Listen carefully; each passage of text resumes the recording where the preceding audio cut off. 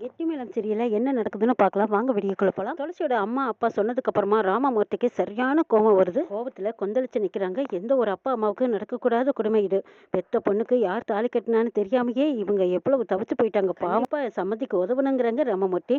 ஆமாப்பா, அவன் மட்டும் என் கையில கிடைச்சா நிச்சயமா நான் என்ன பண்ணுவேன்னு எனக்கே தெரியாதுன்னு சொல்லி பாட்டி கோபத்துல கொந்தளிக்கிறாங்க. இந்த பக்கமா எல்லாரும் பேசிட்டு இருக்கிறத வெற்றியும் காது கொடுத்து கேட்டுட்டு தான் இருக்காங்க. அவன் மட்டும் என் கையில கிடைச்சான்னா போலீஸ்ல பிடிச்சு கொடுத்து அவனுக்கு பல வருஷம் தண்டனை வாங்கி கொடுக்கணும். பல கொடுமைகளை அவன் அனுபவிக்கணும்னு சொல்லி ராமமூர்த்தி கோபத்துல கொந்தளிக்க பேசுறாங்க. ஆமாப்பா, நம்ம வீட்டு கல்யாணம் நல்லபடியா முடியட்டும். அதுக்கப்புறமா அவன் யாருன்னு கண்டுபிடிச்சு அவனை நீ எப்படியாவது அவனுக்கு தண்டனை வாங்கி கொடுக்கணுங்கிறாங்க பாட்டி. ஆமாம்மா, அதை நான் சும்மா விட போறது இல்லைங்கிறாங்க ராமமூர்த்தி. இதெல்லாம் கேட்டுட்டு இருந்த வெற்றி ஐயோ இவ்வளோ பெரிய பிரச்சனை ஆகும்னு எதிர்பார்க்கவே இல்லையேங்கிறாங்க. நம்ம வீட்டு கல்யாணத்தை வச்சுக்கிட்டு வெற்றி கிட்ட போய் இதையெல்லாம் சொல்லிட்டு இருக்கிறீங்களே, நாளைக்கு அவனுக்கு நலங்கு வைக்க போற நேரத்துல இவன் எதுக்குங்க வெளியில போகணுங்கிறாங்க. இவன் போகாட்டி என்ன, இவன் ஃப்ரெண்ட்ஸுங்க இருக்காங்களா அவங்கள வச்சு கண்டுபிடிக்க சொல்லாங்கிறாங்க. திவ்யா வீட்டில் திவ்யா அவங்க அப்பா கிட்ட சொல்றாங்க, இதை பாருங்கப்பா, எவ்வளோ சீக்கிரம் கல்யாணம் நடத்த முடியுமோ அவ்வளோ சீக்கிரம் நடத்தலாம். இன்னும் 10 நாளுங்கிறதெல்லாம் ரொம்ப அதிகம்ப்பா. அதுக்கு முன்னாடியே கல்யாணத்தை வச்சாகணுங்கிறாங்க. என்னம்மா திடுதுப்புன்னு கல்யாணத்தை வையின்னு சொன்னா மாப்பிள்ளை வீட்டுக்காரங்க என்ன நினைப்பாங்கங்கிறாங்க. அவங்க என்ன வேணாலும் நினைச்சிட்டு போகட்டும், முதல்ல கல்யாணம் நடக்கட்டும், குறிச்ச தேதியில வேணா ரிசப்ஷனை வச்சுக்கலாங்கிறாங்க. திவ்யாவோட அம்மாவும் ஆமாங்க, திவ்யா சொல்றதுதான் சரி, அதே மாதிரி நாமளும் செஞ்சிடலாங்கிறாங்க. சரி அப்படின்னா நாளைக்கே நான் ராமமூர்த்தி கிட்ட இதை பத்தி பேசிடுறேங்கிறாங்க. ரகு பணத்தை வட்டிக்கு வாங்கிட்டு வந்து வீட்டில் வைக்கிறாங்க. கவிதா பார்த்துட்டு எங்க வட்டிக்கு வாங்குறதெல்லாம் சரியில்லை, தொலைஞ்சு போன பணத்துக்காக இப்ப வட்டிக்கு வாங்கி நம்ம வீட்டை கட்டித்தான் ஆகணுமா, வீட்டுல இப்ப இருக்கிற நிலைமையில நம்ம கடன் வாங்கி வீடு கட்டுறதெல்லாம் ரொம்ப தப்பு இல்லை வாங்குறாங்க. கவிதா, கவிதா, முதல்ல வாயை மூடு, நாம பொழைக்கிற வழி என்னவோ அதை பார்க்கலாம். இப்படியே போயிட்டு இருந்தா எங்க அப்பா மாதிரி காலத்துக்கு நம்ம வாடகை வீட்டுல தான் இருக்கணும். பேசாம வாயை முடிக்கிட்டு அமைதியா இருங்கிறாங்க. எங்க அதுக்காக வட்டிக்கு கடன் வாங்கி நம்ம வீடு கட்டியே ஆகணுமாங்கிறாங்க. ஆமா, ஜாம்னு வீடு கட்டி ஜம்முன்னு நம்ம பொழைக்க போகிறோங்கிற சந்தோஷத்தில் இரு. நீ இந்த வீட்டை பற்றியும் எங்கள் குடும்பத்தை பற்றியெல்லாம் யோசிச்சுட்டு இருந்த அப்புறம் நம்ம பொழைக்கிறதுக்கு வழியே இல்லாமல் போயிடும். இப்படியே காலத்துக்கும் கிடக்க வேண்டியதுதான். வாயை முடிக்கிட்டு அமைதியாக இருக்கணும். நான் சொல்கிறது என்னமோ அதை மட்டும் நீ செஞ்சால் போதும், சரியா? இந்த குடும்பத்துக்காக நீ ரொம்ப அக்கறைப்படாத. இந்த குடும்பத்தில் யாரும் அக்கறை எடுத்துக்கிட்டு பண்ணுறதில்ல. அவங்கவுங்க இஷ்டம் என்னமோ அதை தான் செஞ்சுட்டு இருக்காங்க. நீ பேசாமல் வாய் முடிக்கிட்டு அமைதியாக இருக்கணும். இதுக்கு மேலே ஏதாவது பேசுனா அவ்வளவுதான், தொலைச்சு போடுவேன் பார்த்துக்கோன்னு சொல்லி ரகு கவிதாவை மிரட்டிடுறாங்க. கேசவன் வந்ததும் தீபா கேட்குறாங்க, எங்க பிஸ்னஸ் எல்லாம் எப்படி போயிட்டு இருக்குது, அதை பற்றி நீங்கள் எதுவுமே சொல்றது இல்லையே. ஆமா, ஒரு நாளாவது ₹1 லாபம் கிடைச்சதுன்னு என் கையில கொண்டு வந்து கொடுத்துருக்கீங்களா? அப்படி இது வரைக்கும் நீங்க லாப பணத்தை ₹1 கூட என்கிட்ட கொடுக்கலையே, ஏங்கன்னு கேக்குறாங்க. அப்போ பிசினஸ் எப்படித்தான் ஓடிட்டு இருக்கு, அதை பத்தியாவது சொல்லுங்கன்னு கேக்குறாங்க. இவ அதை பத்தி எல்லாம் நீ கவலைப்படாத, பிசினஸ் எல்லாம் நல்லபடியா போயிட்டு தான் இருக்கு. வர லாபத்தையெல்லாம் ஆரம்பத்துல கடை வைக்கும் போது அங்க இங்க பரட்டி போட்டேன் இல்லையா, அந்த கடனை தான் நான் கட்டிக்கிட்டு இருக்கிறேன். லாபமெல்லாம் ஓரளவுக்கு வருது, ஒன்றும் பிரச்சனை இல்லைங்கிறாங்க கேசவன். இதை பாருங்க, தொழிலை பொறுத்த வரைக்கும் நீங்க எக்காரணத்தை கொண்டு என்கிட்ட எதையும் மறைச்சிடாதீங்க. ஏன்னா இதுதான் உங்களுக்கு அடையாளம். எங்க வீட்டுல உங்களை உயர்வா மதிக்கிறாங்கன்னா அதுக்கு காரணமே நீங்க கௌரவமான தொழில் பண்றீங்கிறதுக்காகத்தான். கௌரவமான வேலை பார்க்கறதுனாலதான் உங்களுக்கு மதிப்பு மரியாதையும் அதிகமா இருக்கு. நீங்க இதை மட்டும் இழந்துடாதீங்க. நான் சொல்ல வேண்டியதை சொல்லிட்டேன். ஆனா அதுல லாபம் வருதா நஷ்டம் வருதாங்கிறது எனக்கு தெரியாது. ஆனா எதுவா இருந்தாலும் நீங்க என்கிட்ட மறைக்காம சொன்னா நல்லதுங்கிறாங்க தீபா. இல்ல தீபா, நான் உங்ககிட்ட எதையுமே மறைக்கல, நான் உண்மையை தான் சொல்றேன். ஓரளவுக்கு நல்லபடியா தான் இந்த பிசினஸ் போயிட்டு இருக்குது, இதுல எந்த தப்பும் இல்லைன்னு சொல்லி மறைச்சிடுறாங்க கேசவன். சரிங்க, ரொம்ப சந்தோஷம்னு சொல்லிடுறாங்க. துளசி எல்லாத்துக்கும் நோட்டீஸ் கொடுத்துட்டு இருக்காங்க. கோயில் வாசல்ல வந்தவங்க போறவங்க எல்லாத்துக்கும் நோட்டீஸ் கொடுக்குறாங்க. அதுல ஒருத்தர் அந்த நோட்டீஸை வாங்கிட்டு போய் ராமமூர்த்தியோட ஆப்போசிட்ல இருக்கிற எதிர்கட்சிக்கார படிச்சு பார்த்துட்டு, என்னடா இது கூத்தா இருக்குது, அந்த கோயில் விசேஷத்துல தாலியை காணனது இவனுக்கு தானே புது தாலி செஞ்சு போட்டானுங்க. இந்த விஷயத்தை பத்தி அவனுங்களே இதை பத்தி எதுவும் பேசல, கோயில் நிர்வாகமும் இதை பத்தி வெளியிடல. இந்த பொண்ணு யாரு, இந்த பொண்ணு எதுக்காக கோயில் சாமி கழுத்துல இருந்த தாலியை காணான்னு நோட்டீஸ் அடிச்சு விளம்பரம் பண்ணிட்டு இருக்கா, என்ன காரணத்துக்காக இவர் செய்யறா, இவளை நம்ம பார்த்து பேசணும், போய் கூட்டிட்டு வாங்கங்கிறாங்க. அதே மாதிரி அந்த கட்சிக்காரங்களோட தொண்டர்கள் போய் துளசியை கூட்டிட்டு வராங்க. துளசி கிட்ட கேக்குறாங்க, ஆமா நீ என்ன காரணத்துக்காகமா இந்த நோட்டீஸை கொடுத்துட்டு இருக்கிறேன்னு கேக்குறாங்க. ஐயா, சாமியோட தாலியை காணான்னு அது யார் வேணாலும் நோட்டீஸ் கொடுக்கலாமே, கோயில் நிர்வாகம் தான் கொடுக்கணுங்கிறது இல்ல, கோயில் நகை பொது சொத்து, அது காணுங்கிற அக்கறையில் தான் நான் இந்த நோட்டீஸை கொடுக்குறேங்கிறாங்க. ஓஹோ, அப்படியே விஷயம், ஒருவேளை அந்த தாலி உன் கழுத்துல தான் இருக்குதா அப்படின்னு கேக்குறாங்க. என்ன அப்படியெல்லாம் பேசிட்டு இருக்கிறீங்க, அந்த கோயில்ல சிலையை திருடுனது நீங்க தானே, ராமமூர்த்தியோட எதிர்கட்சிக்காரங்க நீங்க, அந்த கோயில் சிலையை திருடுனதும் நீங்க தானே அந்த இடத்துல வசமா மாட்டினீங்கிறாங்க.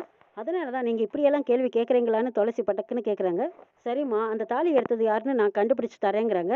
அதெல்லாம் ஒன்றும் வேண்டாம், முக்கியமாக கண்டுபிடிக்கிறவங்க யாரோ அவங்க கிட்ட நான் ஒப்படைச்சிட்டேன் இந்த பொறுப்புங்கிறாங்க. அப்படியா, யார்கிட்ட ஒப்படைச்சிருக்கேன்னு கேட்குறாங்க. வெற்றி கிட்டேங்கிறாங்க. இதை பாருமா, அரசியல்வாதினாவே ஏதாவது ஆதாயத்தோடு தான் ஒரு காரியத்தில் இறங்குவாங்க.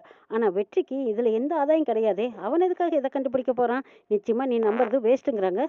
சரிங்க, அது எப்படி இருந்தாலும் பார்த்துக்கிறேன் அப்படின்னு சொல்லிட்டு துளசி அங்கேருந்து போகிறாங்க. ரகுவும் கேசவனும் வீட்டுக்கு போகிறாங்க. போனதும் சிவராமன் லட்சுமி இவங்க எல்லாத்துக்கிட்டையும் எல்லாத்துக்கிட்டையும் போய் தாம் தூம்னு குதிக்கிறாங்க. இவ என்ன நினைச்சிட்டு இருக்கிறா? குடும்பத்துக்கு ஏத்த பொண்ணா ஒரு ஒழுங்கா பொறுப்பா இருக்க மாட்டாளா?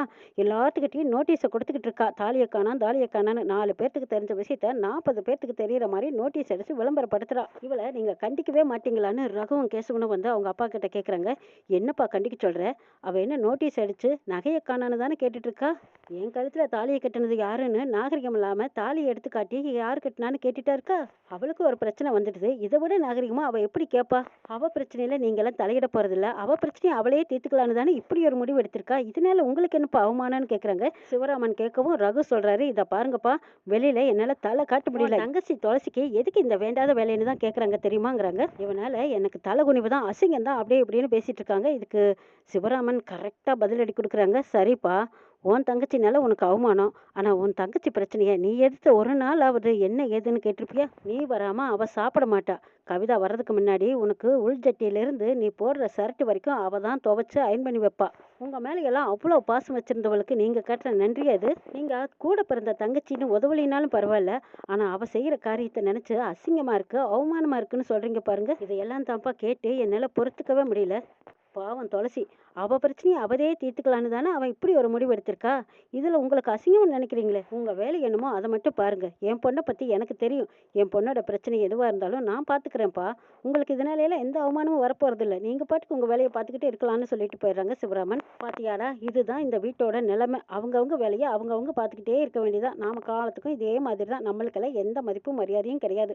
உன் வேலை என்னமோ அதை நீ பாரு, என் வேலை என்னமோ அதை நான் பாக்குறேன். ஆனா அப்பா அம்மா இருக்கிறது வேஸ்ட். அவங்க தட்டி கேட்கவும் மாட்டாங்க, தட்டி கேட்கறவங்களையும் விட மாட்டாங்க. இப்படிதான் ஓடிக்கிட்டு இருக்குது நம்ம குடும்பம். சரி போடா, நீ போய் உன் வேலையை பாரு, நான் போய் என் வேலையை பாக்குறேன்னு சொல்லிட்டு ரகுவும் கேசவனும் போறாங்க. வெற்றி வீட்டுல கல்யாணத்துக்காக தடபுடலா அலங்காரம் எல்லாம் நடந்துட்டு இருக்குது. துளசி நோட்டீஸோட வராங்க. முருகன் அந்த நோட்டீஸை வாங்கிட்டு எல்லாம் அந்த சாமி பாத்துக்குவாரு, நீங்க ஒன்றும் கவலைப்படாத, நான் இருக்கேன் அப்படின்னு சொல்லி ஆறுதல் சொல்றாங்க. ரேவதி அக்கா, உங்க பேர்ல அவர் ரொம்ப பாசமா இருக்காரு.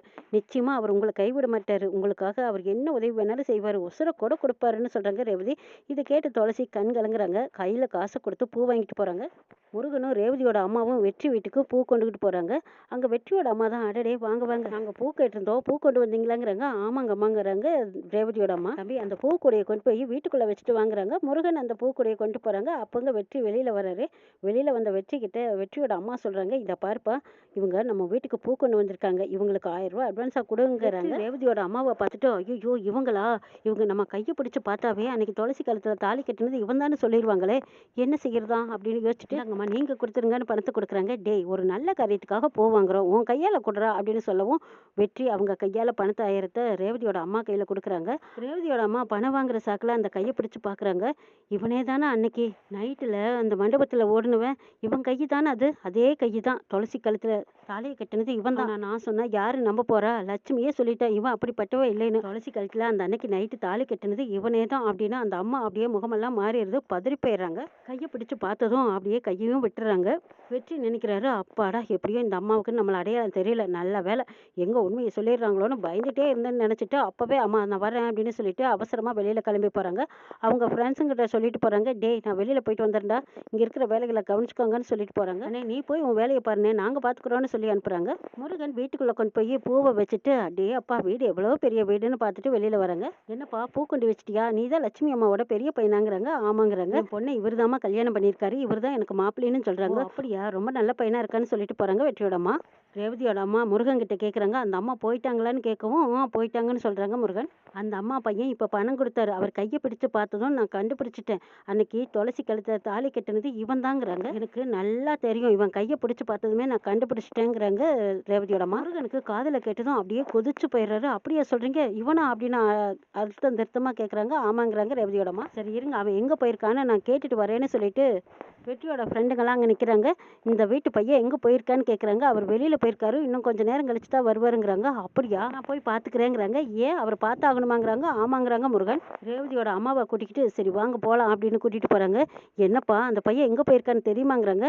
கோயிலுக்கு தான் போயிருக்கானா, நான் போய் பார்த்துக்கிறேன் வாங்கன்னு முருகன் ரேவதியோட அம்மாவை கூட்டிக்கிட்டு கோயிலுக்கு வராங்க. வெற்றி கோயிலில் இருக்கிறதா முருகன் பார்த்துடுறாரு. பார்த்ததும் போய் வெற்றி சரட்டை பிடிச்சு, உண்மையை சொல்லு, என் தங்கச்சி கழுத்தில் தாலி கட்டினது நீ தானான்னு கேட்குறாங்க. வெற்றி பதில் பேச முடியாமல் அமைதியாக நிற்கிறாங்க. அந்த இடத்துக்கு துளசியும் வந்துடுறாங்க. அண்ணே என்ன பண்ணிட்டு இருக்க அப்படின்னு கேட்கவும், உன் கழுத்துல தாலி கட்டினது இவன் தான் முருகன் சொல்லவும் துளசி வெற்றியோட இறங்க பாக்குறாங்க. அவர் சொல்றதெல்லாம் உண்மையான்னு கேட்கவும் வெற்றி மறுக்க முடியாம ஆமான்னு தலையசிக்கிறாங்க. என்ன நடக்குதுன்னு நாளை எபிசோட்ல பார்க்கலாம்.